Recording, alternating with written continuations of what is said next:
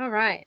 Hey, everybody. Happy Tuesday. It's book launch day. So you have me here, Mickey here, Bob May here, but we are all here to celebrate you, Christine, and Long Lost Elvis that came out today. And your paperback, not your ebook, your paperback is in the top 50 new releases of children's books, which is amazing. So congratulations. That is a huge accomplishment because you are up there, girl, competing with like Wonky Donkey, which I personally have and have had to sing that song to my children. And you are right up there with them. So, congratulations. And I understand that this is book 4 in this children's series that you have written. So, I would love to hear what this process was like for you. I know that every publishing journey for every book is different. So, I would love to hear what this journey was for Long Lost Elvis. Well, the original journey started in 2019, and that's when I started penning a story about a singing dog. And I had no idea that I was going to write a chapter book series. I was just interested when I wasn't teaching at my university, in my university profession. During the summer, I had some time to write. So I came up with this, what I thought was a cute story. And it evolved from that. I started thinking, oh, I like these characters.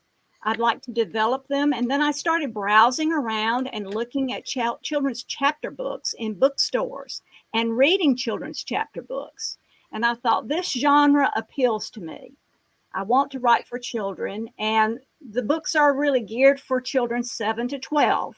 So right. A lot of chapter books are in that age range. So that's how it all got started. And it evolved when I decided, well, my background is as a singer. So the first book, as a classical singer, the first book has a little girl named Chloe who has a stutter. She has lost her parents in an automobile accident. And as a result, and she had a stutter before she lost her parents, but she comes to live with her grandmother, Nana Weathers. And she loves her Nana. And at the same time, Nana Weathers is taking care of a litter of puppies. One is a male and 2 are females. And the little male puppy can't yip. So we have a child here who can't stutter, who bonds with a puppy who can't yip. And they eventually end up in the music room together because Chloe she wants to learn to sing and loves to sing, but she's shy about doing it because she has a stutter. Most people don't know that a lot of times, if you are a stutterer, you still can sing, and people don't know that you have a problem.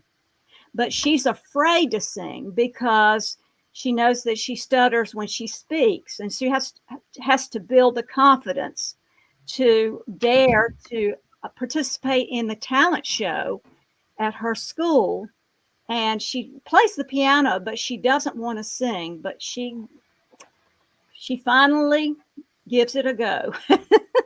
So that was the first book. And that's from there, everything else took off. And as a child, I loved to read mysteries. So the second book, A Hard Nut to Crack, became a mystery using characters from the first book and adding characters called characters who are squirrels. So there's a squirrel network in that book too. But one of the dogs is stolen from his backyard, and so all of the family and friends get together and try to find out where Hoppy is and has gone. So there are lots of clues in that lead you to find the final ending of that book. See, I love that. I love how so much went into all of your books that you've done, but you jumped over it a little bit. And Bob May gave me a disclaimer before. You were a classical singer. Is that what you said? Yes. I sang classically and opera in the United States here and in Europe. I was in Innsbruck, Austria for 6 years, and then I did guestings in Switzerland. I did guestings in England and Ireland. And then when I returned to the United States, I decided to not go back to New York where I lived for 6 years. I was ready for something else. So the university where I got my master's degree knew I was in town and they were needing someone to come and teach. So I taught for 2 years at the University of North Carolina at Greensboro, and then went on to Middle Tennessee State University, where I was there for a while and ended up as a retired professor emeritus. Wow. I love that. Like I never would have pegged that at all, but I love that because that was incorporated. You incorporated, some of that into your books, but all of your books have messages for kids that I think is important, right? I'm always a huge fan of that. I have little kids myself, and we were just talking about the type of books and stuff that you have coming, right? But I would love to know, right? Because the book is titled Long Lost Elvis, right? Mm-hmm. So I'm going to go out on a limb here and say that you're an Elvis fan. I'm just I'm in the ballpark. I'm in the ballpark, right? I'm going to assume that you're an Elvis fan, but I would love to know because you incorporated that into a farm animal story and a children's story, with the title. And so how did that idea kind of come about? How did the idea of combining your fascination, your love of Elvis, right? Which I am also a fan of Elvis. I grew up listening to Elvis, so I am there with you and creating this story that is releasing today. Well, it's interesting that you say that because I was afraid if I named the book Long Lost Elvis, everybody would think that it was about Elvis had somehow been dug up from the dead and resurrected. I thought that when I heard that. Did you, Mickey? Oh, that's funny. Ask Amy. She'll tell you. That's exactly what I thought it was. Sorry, cut you off. He did. He did. I thought Elvis was a cute name. And I thought it would be a cute name for a donkey. Well, but and the thing about Elvis is that he brays backwards. Instead of going hee-haw, he goes ha-hee. I love it. That's my kind of donkey. I love it, when they're just like, oh, we're going to do it our way. Like, I love that. That makes me really, really happy. That's awesome. It's going to be in my mind all day. I'm going to be like, oh, I need to go hug this donkey because I just love it. I love it.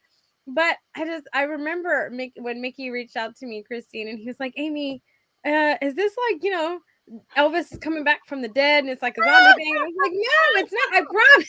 It's a children's book. I promise, Because I'm a big Beatles fan, and when I heard Elvis, I'm like, no, I'm not doing Elvis. But hey, don't get heretical. Don't get heretical. He did. Oh, it was the funniest thing. I remember that conversation. And so I bring in that conversation into tonight because just the topic of your book was the inspiration for mine and Mickey's conversation, right? Yeah, and so I'm so glad that you named it that because I am an Elvis fan. And so I was just like, yes, I hope it is this. This is so great. A lot great. of people are. And, recently, of course, I had come up with the title before the Elvis film, the recent Elvis film came out. Yeah. So. Right. See, I love that. And I think that, I wasn't around when Elvis was really big and performing on stage. And I hate that because I feel like it would have been such a good time, right? But it's one of those things that also my kids can be like, oh, Elvis, that's a cool name, right? And then it's like, it starts a conversation. But I love that the donkey, like you said, is so unique and it does it backwards than what it's supposed to be. Right, because we're all unique. Elvis is you might not have liked his music, but the man could sing. Oh, for sure. He could really sing. He had the whole package. He was the GOAT, greatest of all. I have a question for you. With your little girl that stuttered in what book 2? Was that book 1 or book 2? Well, she's there. She's in all of them. She's one in of all the of them. main Okay. characters. Mhm. Did you think of Mel Tillis when you formed that character? No, not at all. Mm-mm. Interesting. Y'all know what I'm talking about. Mel Tillis is a very successful country western singer for many years, and he stutters, but he never stutters when he's singing. Mhm. So I Mhm. thought that was interesting.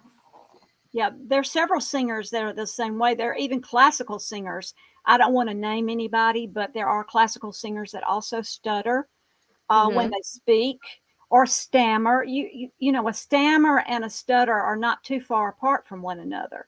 And I Right. told the story once to someone. I said, "Look, if I have to public speak, I'm like, Yes.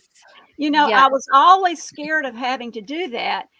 So I took notes out on the stage with me. This is not when I was performing, but if I were introducing someone or, you know, talking about something, I always had my notes with me because it's very easy to, you know, start stuttering because you lose your train of thought. Yeah. Yes. Absolutely. I know on here it doesn't seem like I'm a very shy person, right? And that I could just give public speeches. If you catch me in person and I have to do a speech like that, I don't necessarily stutter, but like my chest gets all red and I'm like a tomato from here up, and it's the most nerve-wracking thing, and we're all being like super vulnerable here on this like, book launch here. But it's so true. So if you ever see me in person and you want to talk to me, please don't talk to me in a crowd, because I do. It is the craziest thing. I can't give speeches in person. I can do them on here, but I can't do it in person. So I can relate very much to that. I think that I read somewhere, I can't acknowledge the source, but one of the most anxiety inducing actions to do is public speaking. I Yeah. was never, I mean, of course, I got nervous before performances singing, but never at the rate I was when I had to go out on stage and introduce people or this, that, and the other. It was amazing. So I'm sure my blood pressure went up at least 30 points. I know. I was going to say, I mean, you would go out and sing, classical and opera and everything. And I'm doing good to do that at my home when no one's around. Okay. I can't even do that with my husband around, I'm over here, I'm shy in that bit. And so I love that and I admire that. And I like how you tie those things into your story and how relatable it can be, right? Because I can relate with your main character that stutters, and it's all in all the books and stuff, because I do that. It doesn't seem like it on here. I make everything, so I've been told, like, so effortless, but it's definitely not. Okay, I definitely fake it till I make it. Okay, it's a true statement. So I love that. And so I would love to know, how long have you been writing this series, and how long does it take you to write each book? Like, how long did Long Lost Elvis take you to write once you had the inspiration for it? Well, this is very interesting. Oh, I'm sorry. My phone is. It's okay. It is a beautiful song. I mean, it could play all day. It's a nice I'm song. throwing my phone out. Anyway, well, as I said, I started on the first one in 2019. Mm-hmm. So I actually had 3 of them already in rough draft before I published the first 2 in 2021. Wow. And I love that. as it stands right now, I have this one's published, and I've had the 5th and the 6th one in rough draft for a year or so. I love that. I think that's the smartest way to do things, is to write, 2 or 3 books at a time. And then, you can be strategic, like how you're doing, and releasing them, but that way I feel like, if you have a series and you have a main character that goes into all of them, you can make sure that it flows. You're not putting one out and having to write the second one. And then you're like, oh, well, how did this go? Like in, Mhm. like sci-fi books and fantasy books, or like, oh, well, is this person married to this person? And like, oh, I forgot, right? I got to go read my own book to know. So I love that. I think that's the smartest way to do it. Well, it's important in a children's book because you may have some children who haven't read the first and the second one, and they pick up the third one. So you, as a storyteller, have to remember enough facts and bring in things that happened in previous books that will, number one, interest them, maybe to go back and read the other books that they haven't read, but also so they know who the characters really are. Yeah. I mean, I She feel like has that's important. A lot of discipline, a lot of energy. I've seen her in direct sales situations where she gets her Wonder Woman, you know, the invisible lasso thing. She just lassos it around a family and brings the kids and the parent, mommy and daddy in there. So she wasn't very nervous then. Or All right, Bob, but you know what? I learned from you. Aw. Bob and I were selling together next door to each other, or next to each other. I say next door to each other. We were the only two children's book authors at that particular place. Wow. Yeah. So Bob, you know, he knows all those Franklin people, and he got out there and he was doing this, that, and that, calling me and come look at this and blah, blah, blah. And I thought, I need to take a lesson from his playbook here. So I started doing the same thing, but we were on opposite sides the next day. Yeah. Yeah. He came late, and I well, we're perfect, but having consolidated like that, and my books ended where hers began. Right, so because they were for a different age group than mine. So we both fell for each other.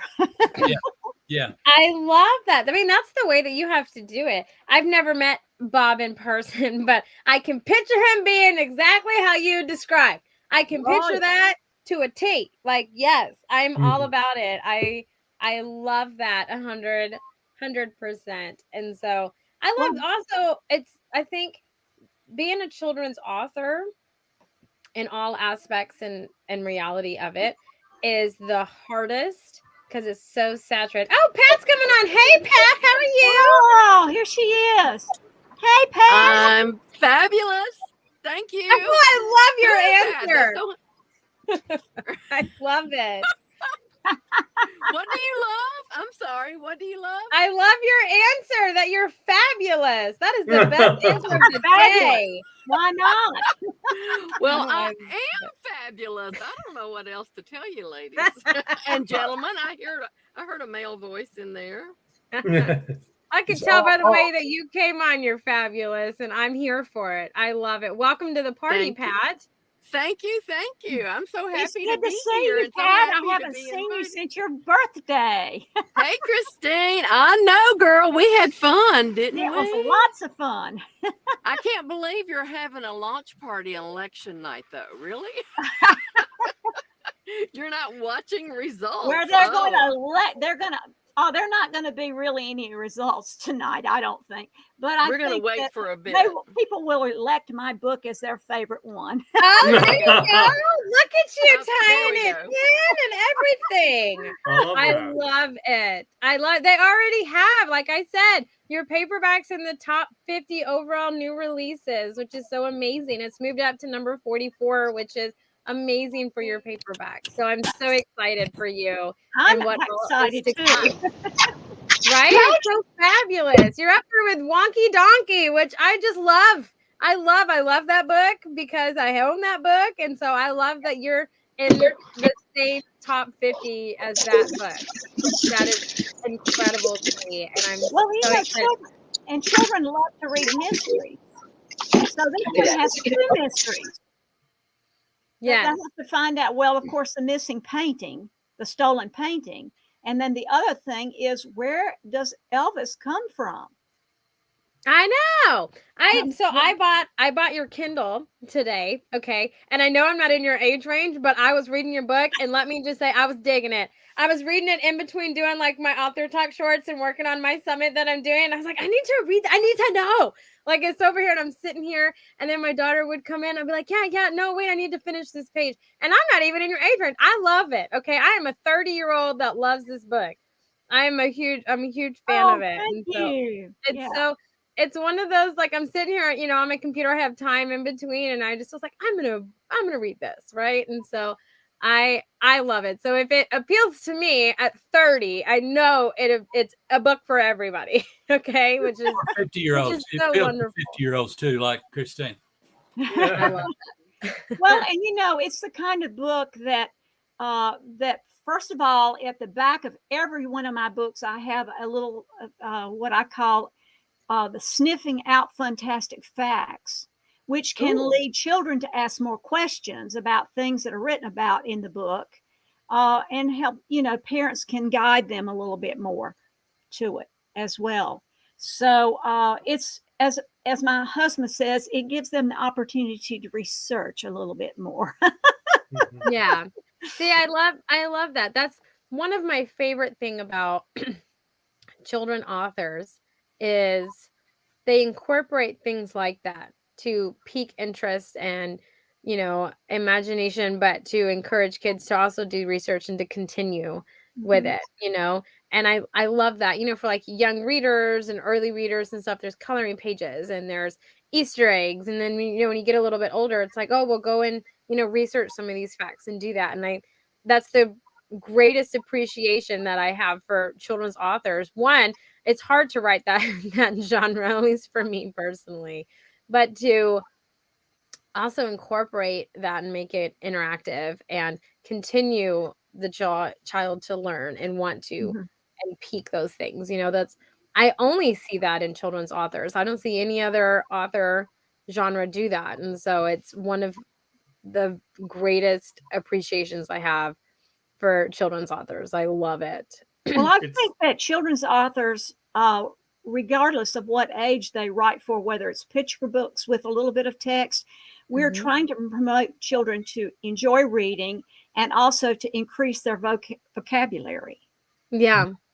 Yeah. Which I love, because it's, I think from a parent standpoint, right? And I have a 3 and a 2-year-old, which is not new to anyone that's on my channel. They see them all the time. I'm surprised that my kids aren't here, but it's fascinating to know that you can buy a book and it's also one that's going to stimulate your child in that sense and to help them in that realm, because it, not that it is daunting to do that as a parent, but there's good to have different resources and creative outlets that will also do the same thing. So I could go on. I love children's authors. They have a sweet spot for me and my heart and all the authors that I work with. So it's definitely, and you can ask Mickey. I have talked all day about your book launch. I'm like, Mickey, 6 o'clock, like Long Lost Elvis is here, 6 o'clock. Like, I have talked all day. I have been looking forward to it all day. So it's the highlight. I love celebrating authors and their launch days and how far they've come on their launch day, right? I mean, to be quite honest, Christine, I have never had a paperback book make it into the top 50 the day that it releases.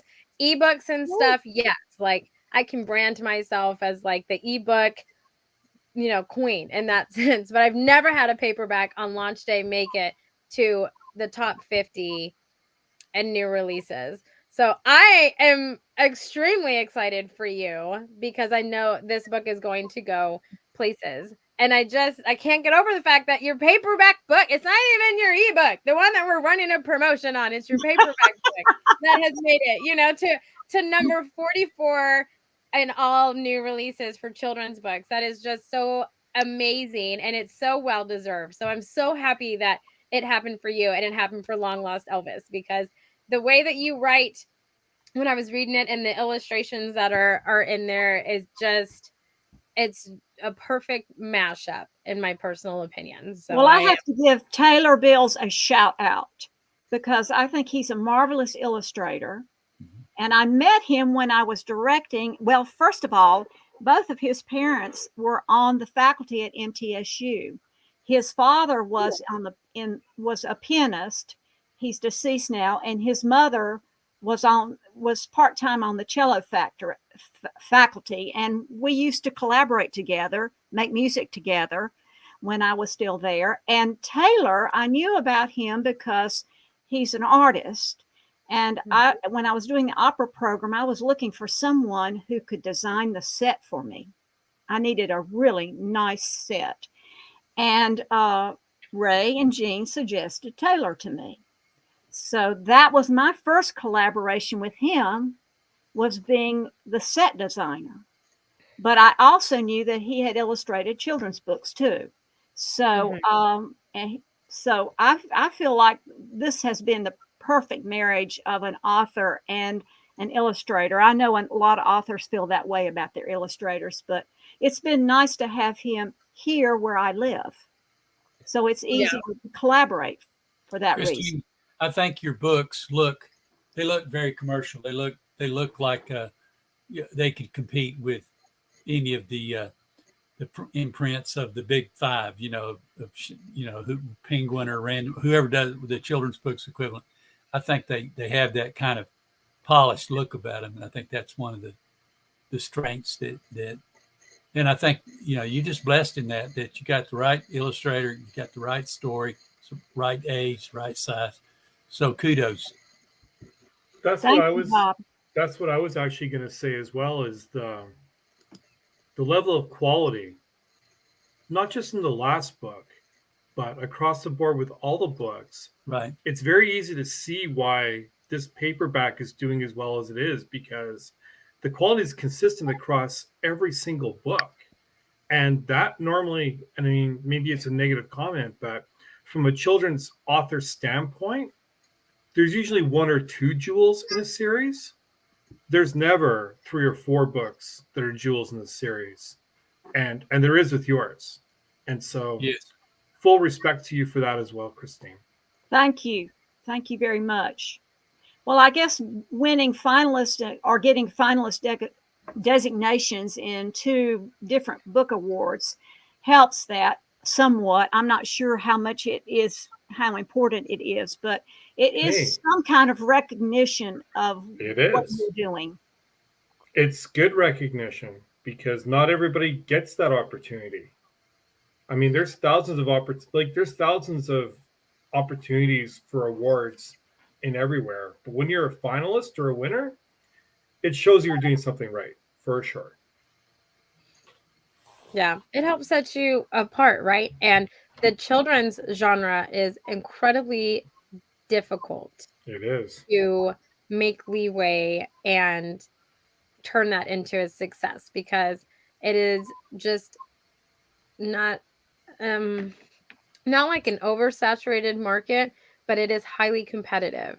Mm-hmm. And that's why it is such a big deal that your paperback book on launch day is in the top 50. Like, that's why it's such a big deal, because it's up there with so many big name books and authors that I know that I have purchased for my child. And it's because it is such an incredibly competitive market. And so that's why for me, I'm just like, yes, we have done it. Like, I'm just on the inside. I'm just losing it on the inside. I'm containing myself.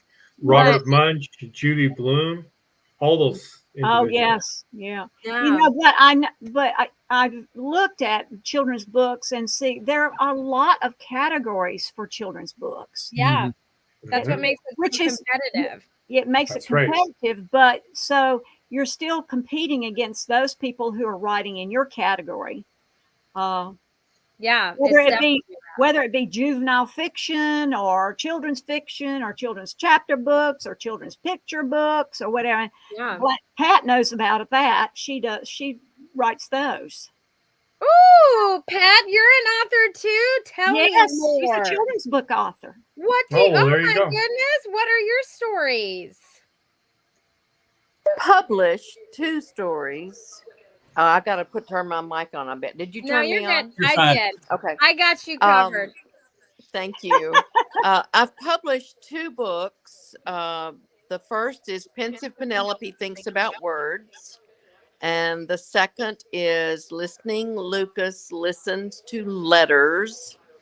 Ooh. You can tell I'm an English major and I'm a sucker for alliteration.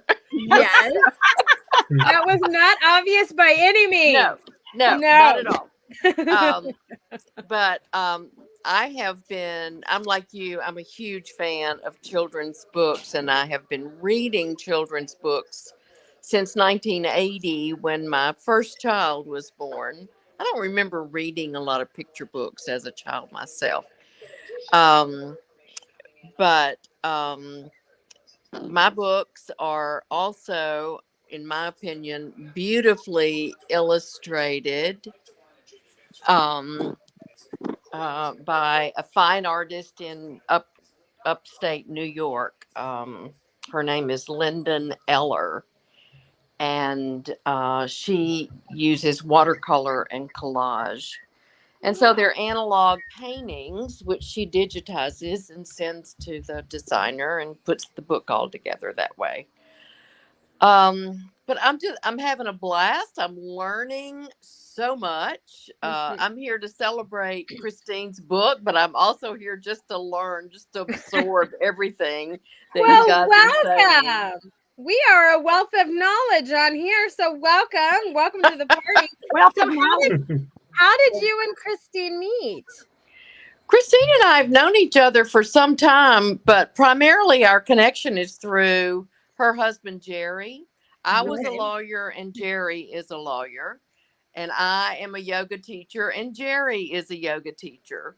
So Jerry and I wind up in the same place quite frequently. And Christine is often there too. So I we're happy love to it. know each other. Yeah. I love it. So you're a lawyer. You're a lawyer. Christine's husband's a lawyer, and Bob May's a judge. I love it. Hey, Bob. And I used to do a lot of yoga too. Every judge at a certain level was a lawyer too. So I was a lawyer. Yeah. Oh, you were a lawyer before you were a judge. Where do you sit? 14 years, and I was a Judge May. I was a district judge in Texas for a little over 20 years. Oh, you're not there now. Okay. No, I'm in Franklin now, or Brentwood area. Amy, remind me tomorrow to pay my traffic tickets, okay? Yeah, you need to. I know people, okay? We can find you some lawyers to defend you on those things Yeah. if you like. Not in Canada, you can't. But anyways. No, not in Canada. You're right. No, we don't have connections there, okay? We definitely don't have. I love this. What a small world. And then, Pat, you're also a children's book author, and so is Christine. And So so I is love Bob. it. What a small. I love this. Bob is too. I know I helped Bob with his, and he's working on a new novel. And he has Bob May. You're in trouble, Mister. You have not kept me up to date on that new one. You're in trouble. I'm letting it fill in. I I know. thought it was writer's block, and I realized I'm self-teaching how to write a novel. So I'll write, because I've been writing children's books and short books. I'm kind of ADD all my life. So if I just give it some time, the things fill in. It's kind of like you do the parameters of the chapters, and then you let the characters and the surroundings and all that. It has to kind of fill in. So and then I'm trying to learn how to make it interesting at the same time. Right. You're letting it percolate. And I found me a person who's going to developmentally edit for me. Oh, I love it. So that's going to help. That is very important. Editing is very important for all genres. Where is Pat, by the way? Where are you, Pat? I'm in Tennessee. Christine and I live in the same town, Murfreesboro, just outside Nashville. I have a dear friend that's retired from MTSU in the reading. She has a doctorate from Peabody. She retired from. She was a early reading specialist. Oh, who Small was that? world. Allison Bass. When did she retire? You know? She retired about 3 years ago, probably, something like that. Well, MTSU is so big. I was in the Yeah. School of Music, so it's hard to know everyone who's on the faculty, but I wish I had met her. Well, she has done, and she's done some for me, but she has done some little videos that are on YouTube that where she dresses kind of like a grandma and reads different children's books. And that's an idea for y'all. Y'all need to get to know Allison anyway. She's a brilliant lady and funny as can be. But it's a small world, we're finding out. I love it. I love it. All I have to say, Christine, is if the next book has John, Paul, George, and Ringo, we're gonna have a conversation. That's all I have to say about that. I'm sorry Well, to that would be say, right. the parrot's name, Mickey, the parrot's name is Bongo. Oh, Bongo All right. learns his lessons. You get a pass. I just want to say. Okay. Anyways. But maybe I should change it to Ringo learns his lessons. Ringo. You can call it Preston because that's what most Americans know. Sergeant Preston of my age. That's how we know Canada, through Sergeant Preston. That's it. Amy, if you call me for the next one, I'm gonna answer the phone. Just know that now. no, Mickey. I'm Yes, only you kidding, of course. I'm only kidding, of course. I love it. I love it. No, I love hearing the stories of how all of you guys are connected, because you three are in Tennessee, Christine, Bob, and Pat. I'm over here in Texas. I'm not in my small town in Texas. I'm in San Antonio at the moment, and Mickey's in Canada. So me and Mickey on this call are the outsiders on this call. And you guys being in Tennessee. So I love to hear how you guys connected Perfect. and came together. I find those stories to be so beautiful, because it has brought everybody here today, right? Because Christine, I met you through Bob May, Mhm. and Bob May met you at an event, and so now Bob May has met Pat and Mickey and everybody. And Bob, I can't say your name without Bob May. It just goes together for me. It's just like it's a It's whole like thing. one word. It's like one Yeah, word. it's just like it to me. It's like Oprah. Like you're just Bob Bob- May. Bob. Like, hey, love welcome. it. You've arrived. You got me So elected. it's You got me So, elected. Amy, when you sent me the email telling me that Knob May was going to be on my launch I party, know. It's I'm when the I same seen way. it from. I misspell names and this, that, I'm and the other, telling just you, because I'm a terrible typist. it's so bad. So I got a new phone. Okay, I have the Fold, and this screen's a lot smaller than my last one. And so if I'm sitting there and I'm like, okay, hold on, my kid's pulling my arm, like, I gotta send this. And then I go after I hit send, and you can't back it up. I'm like, oh man. I'm like, well, hopefully she knows, because if not, we're inviting some random person to the live. So I'm glad that you knew. I'm very appreciative Oh, that yeah, you because I figured, understood. okay, she just mistyped the N and it should be Bob May. But I was like, Bob May? Who is It's one of those things, but you got it, which is the greatest thing, because I'm just sitting here and I'm mortified. I'm like, I've just sent this somewhat professional email, and I misspelled Bob May's name. I'm like, oh my goodness. I'm like, I need to fix this, but I got to Well, deal if with you the said his screaming name child. was And then I Knob fix it. Hill, I would be thinking, oh, wow. Love it.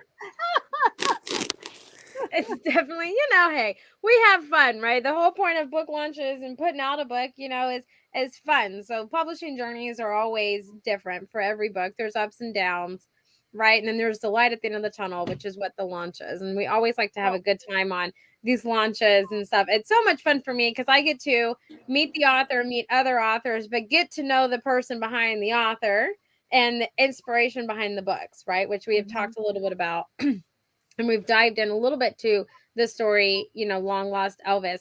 But I would love to kind of summarize or do, whatever I guess we would consider like an elevator pitch or whatever it is, as to what exactly people can expect when they jump in to read Long Lost Elvis. Well, the first thing I want to say one thing about every one of my books has something about music in them. I could not some of them emphasize music than the others, but there's always music involved in some way in every book. Elvis is one that doesn't have a lot of music in it, but the story, I think, will engage people from the outset, because Elvis runs out in the road during a thunderstorm, which is, only thing is thunder and lightning. And Nana Weathers and Chloe and Boomer are returning from a music camp called Camp Resound. And Chloe sees him and says, Nana, watch out. And thud, she hits Elvis. Luckily, she doesn't hurt him, but that starts the encounter.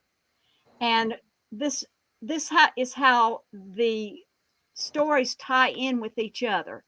So along comes a man called Mr. Brown. And Mr. Brown in the previous book, or not in the previous book, but in Hard Nut to Crack, is leading children at a festival that's taking place at the elementary school. He's leading children on Elvis's back around in a circle as part of that festival. So that's how the characters just sort of keep tying into one another. And so in Elvis, we find out that Elvis just wandered onto his farmland, and he took to him, and he adopted him as his farm animal. He said he was skinny as a rail, so it looked like he didn't know where he came from. He advertised in the newspaper. He tried to find out if any of the local farmers there had a donkey that they were missing. No, nothing.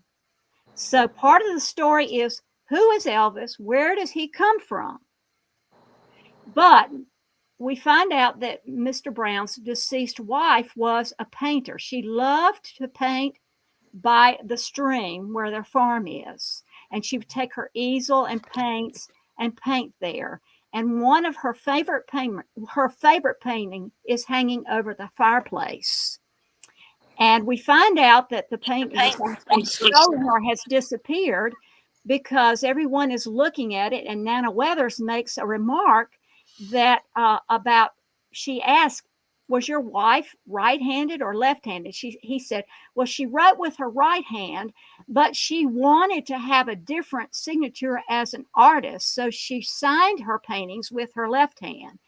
And she has a signature curlicue at the end of N, Brown. Well, everybody is looking at it, and Mr. Brown gasps and says, this is not Martha's painting.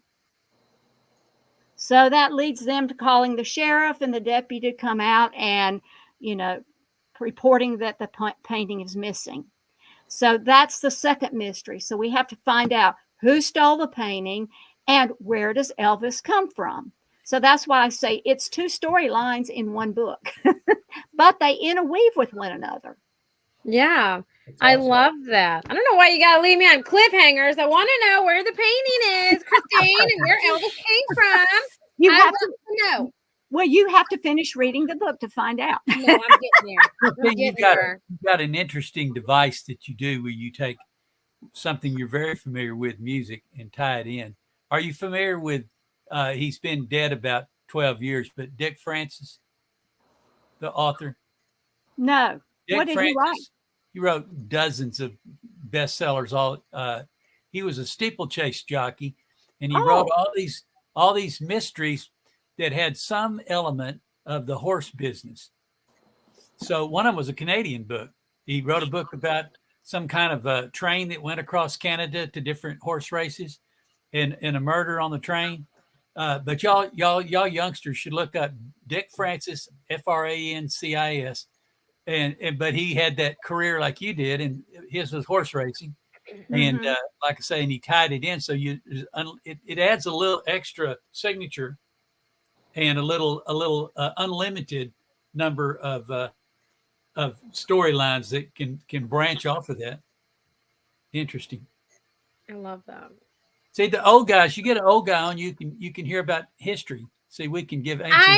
I love it. I mean, I'm sitting here and it's like it's the most fascinating conversation because I'm sitting here and I have learned how you, Christine, and Pat all know each other. And Bob, I know you just met Pat, but there's, the interweavance of that, right? And how you guys met, and then just y'all, the inspiration and the people that you guys know, and the authors like the one that you're just talking about. I learn something every time I do this, or I speak with a new author, and that to me that's the coolest thing. I'm not even gonna lie, it's the coolest thing to me because I'm just like, wow, I didn't even know that. And then here, like, if we're, I don't know, I go out like Sherlock Holmes in my mind, and Robert Downey Jr. played that. He's like, oh, well, I'm gonna do this, and it's all slow mo and what's really gonna happen before it happens.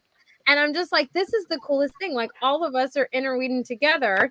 But now I've just learned about this new author in this book about a train that goes across, Canada. There's a murder on it, and I'm over here like, okay, is that like The what was that book? You've Like got Orient. Sergeant Preston down here to fill in the gaps on that. Mickey Preston, Sergeant Preston's. Oh yeah. Yeah, Sergeant I'm- Preston of the Yukon. right.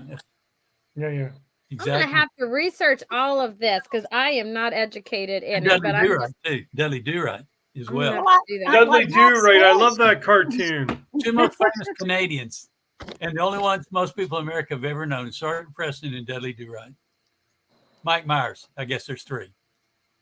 Captain Congratulations. Say Canuck, Michael baby. Myers now. Okay. Captain Canuck. Halloween. Right? Yeah, I do know that one. I know Mike Myers for sure. I don't know of the other two. I'm so sorry, Mickey. You can yell at me later. I don't know. No, I Sergeant don't ever Preston. yell at you. Gosh. How about I love it. Wolverine? Wolverine, No. right? I know Well, yeah. Wolverine. Wolverine's Canadian. We have that. Wolverines. They Wolverine. bite. Don't they bite? Well, one does for I sure. thought the guy was. I thought Hugh Jackman was from Australia. How did we even get on this topic? I'm going back to Christine's book. Okay, I'm going back to Long Lost Elvis because I can't follow this conversation. Okay. Christine, I'm coming back to you. Okay, Well, I because was going to say that I think an author's personal experience shows up in their books. And Yes. one thing that I did that showed up in my third book, Camp Resound, was I visited a place in Christiana, Tennessee. Bob, you and Pat may have heard of it, the Gentle Barn, where they take in. Have you all ever heard of the Gentle Barn? There are several throughout the United States, but the story there is the animals that are there have been adopted, have been by this charity and are taken care of. Cool. And in my story, the children that are at Camp Resound take a bus trip to what I call Happy Barn, and there is a little baby goat who was left out in the cold, and his ears were frostbitten, and he lost his two hind legs. Oh yeah. A vet volunteered and actually replaced those legs with prostheses. And in my story, Carlos Garcia, who's a talented violinist and a camper at Camp Resound, has a prosthesis. So when he sees that goat, he dares to pull up his pant leg and show the people there that he also has a prosthesis, and he wants to go in and pet Shaggy. So, I brought that in. That's a personal experience. I was very moved by that visit. And I thought, I'm going to bring that into my story because animals and children relate to each other. Yeah, they do. 100%. Very true. Very I true. love that. Yeah. And that is true. Authors do put, I think that's why, when you talk to an author, and their book comes out and, you have some that get super emotional is because, they put a piece of themselves go into every book, right? A encounter that they had, something that they've experienced or they've witnessed or been a part of, right? Always plays a role in any book, any genre of book, right? And I love that. And that's what makes authors vulnerable, right? And you really do take a leap of faith when you publish a book, right? Because you have other people that are going to read it. And you're just like, oh, you know what? I'm being vulnerable, right? And then experiences and stuff. But the way that you guys tie in those encounters and those experiences and things that have happened in such a creative and sometimes elegant way is beautiful, because it's relatable. Every author, every genre, doesn't matter. In some shape or form, someone can relate to your work. And I think, Christine, you being a children's author is very important in children and letting them, when they read, they can resonate, they can relate, right? And that's important. And it's important for the development of the child. It's important for the parent, but it just helps them process, keeps them interested and love to read, right? because they can relate. They understand what's going on, or they feel not alone, depending on, you know, what you're writing. And I think that's why being an author sometimes is the most thankless job, right? And my mom always says, you know, like being a mom, you know, sometimes is a thankless job, right? Which is true. But I feel like being an author is the same way, because you're so vulnerable and being creative and writing, especially being a children's author, keeping those kids engaged, helping them with their vocabulary, telling stories that they want to continue to read, and incorporating games and, you know, little facts and tidbits that they can research and do later on, right? It's Mhm. also important, and it's all pivotal in their life, especially in the, you know, the age range that you're dealing with, right? And so to me, authors also have a very thankless job, right? That's why reviews are so important for authors, right? The big thank you. Exactly. Yes. Well, It's it's not super. only. Sorry, Amy. I was just going to say it's not only just that, but as an author, once you've completed a book and you're done, you're sitting there and you're finally done in your house. There's no one else you can share that moment with. It's just you. Yeah. So you're isolated, right? But full respect, because it is the hardest, one of the hardest jobs in the world, crafting that story and getting it out there. But more importantly, getting it done on a professional, aesthetic basis is going to cater to other readers. So kudos to all of you for doing that. Well, I think that following that, as far as getting the book and the product out there, that's just the beginning of the journey. Exactly. It is. 100%. It really is. You're You not know wrong. that, both of you, Amy, you and Mickey and Pat and Bob, you both know, you all know that. I mean, that's just writing the book and getting it published is just one big step, because especially if you write a series, you got to Yeah. think about what's the longevity of my series. And I heard once that people told me that your series will probably outlive you. Yeah. That doesn't Mm-hmm. matter. It doesn't matter your age. Yeah. It's probably Yeah, going to But you same. know absolutely. what? Having your books outlive you and leaving, you know, these children's books that will impact and leaving that legacy behind, Yeah. it's the Mhm. greatest thing that you can do to the reading community or the writing community, right? That's why authors are so important. No one sheds a whole lot of light onto them, right? But they're so important, because without them, right, all all that we would have would be TV, but we wouldn't be as educated as we are today, or be able to escape reality and do all these things, right, in a creative manner and express our creativity. So that's why authors are so pivotal and so important, right? Me and So Mickey important. talk about this all the time, and especially children's authors, because you guys really do, without knowing it, right, even in the age range, you really do help morph a child's love for reading, right? And that's what is so important, because that child is going to grow up with a love for reading, and they're going to expand and learn new genres and new words, and their vocabulary is so extensive, right? Like here Yeah. I am, I'm 30, I'm still learning new words. Like my favorite word is percolate, because I love the way that it sounds when you say that word. I'm like, oh, Percolate. that I food love it. percolates a little bit. You know, I just love it. It's one of those things. Now to spell it, no. Okay, spelling's not my thing. Yet again, it's why I'm not a writer. Grammar, spelling, not my strong suit. But I like the way the word sounds. You know, I do. But for me, and I know for Mickey, Yeah. it has been so much fun to help you with Lost Elvis, and to watch it go up. It is, I'm gonna harp on this the whole time, okay? Because it's the coolest thing for me. But to watch it be in the top 50 of paperback books on launch day is the coolest thing for me. And the fact that it is number 44. Go and look it up. I have screenshots, you guys, on my LinkedIn. I know you guys are watching on LinkedIn. It doesn't show over here on my end, but I have my LinkedIn. I see all of you guys. So hey, everybody over there. But that is the coolest thing. You should be so proud Oh, of I that. will probably drink a glass of champagne. Oh, girl, you know what? Go ahead, have You two. should. Go ahead. And Have and one to all for the me. and to all the readers out there, they better get it before Elvis actually leaves the building. The building. You You mean should the say, barn? That was say a good thank you one. very much. I Very like much it. at the end. I I want to say absolutely one do. thing, Amy. Yeah.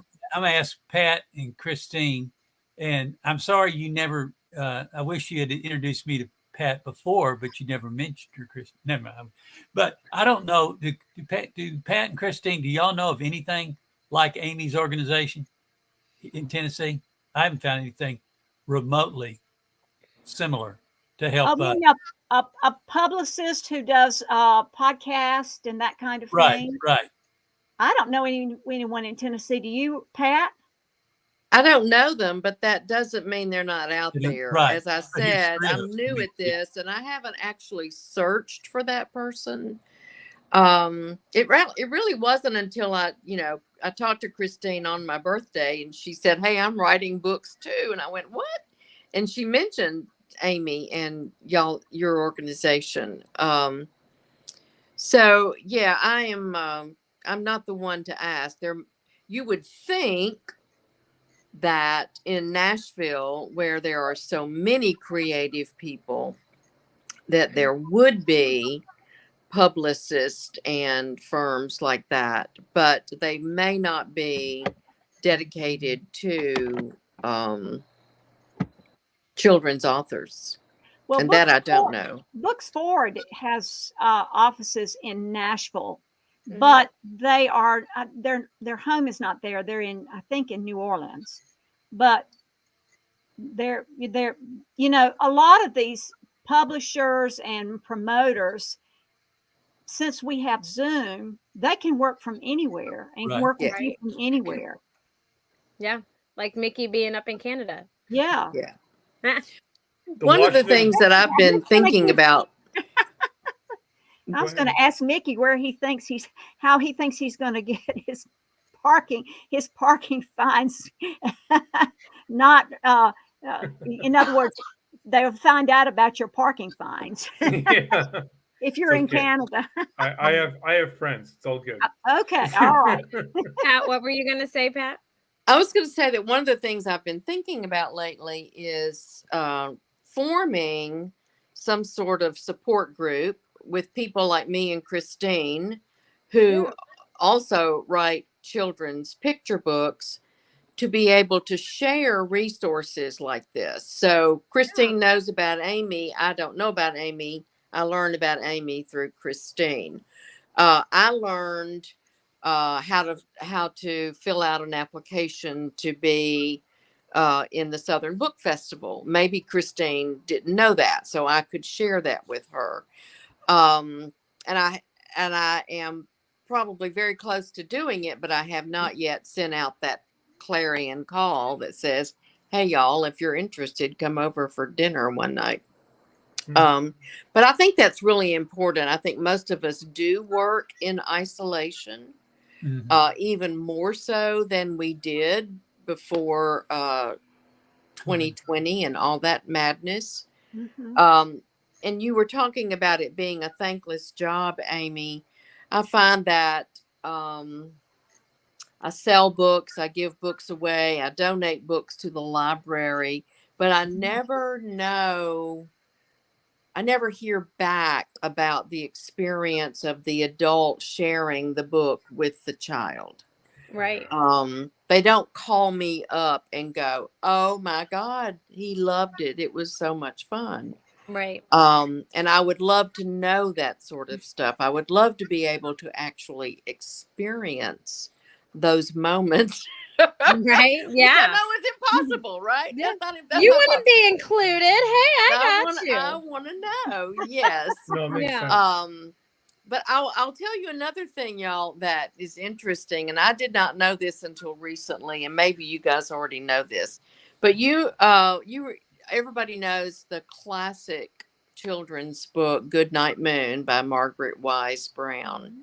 Yes. Margaret Brown wrote that book in New York City in the 1940s, I think, early 50s. I thought it was the 50s, but I'm not maybe wrong about that. What'd you say? I thought it was the early 50s, but I may be wrong about that one. But her book, that precious, precious book, was banned by the New York City Library for 25 years. Oh, wow. And Margaret Wise Brown died before that book was ever accepted by the New York City Public Library and therefore any other library in the country. Mhm. Wow. So that book has become our classic, beloved. Everybody's got a copy of this book in their nursery before she ever even knew it. Yeah. She was gone. Crazy. Pat, do you And- know why that book was banned? Yes. Prior to, all right, so there's a big history. In New York City, there was a school, a college for teachers. And there was a teacher there, and her name is escaping me, but I can tell you if anybody wants to just do it in a chat or something. I forget. I don't see what our resources are here. But there was a teacher there who was teaching that writing for children should not be limited to a story arc that had a beginning, a middle, and an end, that had a conflict, that had a resolution of that conflict, and that had a moral lesson at the end.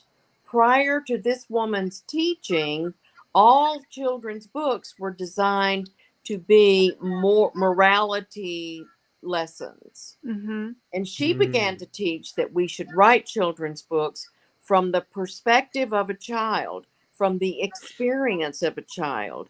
What is it that a child actually sees and hears and interacts with? And that should be part of what we're reading to our children. And so there were a lot of authors who were writing in that style that came out of that school, the Baker School, I think it is. It was over on Baker Street in New York City.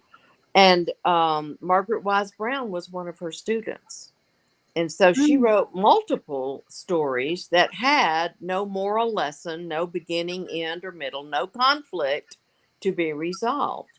Now, I learned all of this in the context of reading. I read the New Yorker magazine, and they did a biographical piece on Margaret Wise Brown, and there all that information was.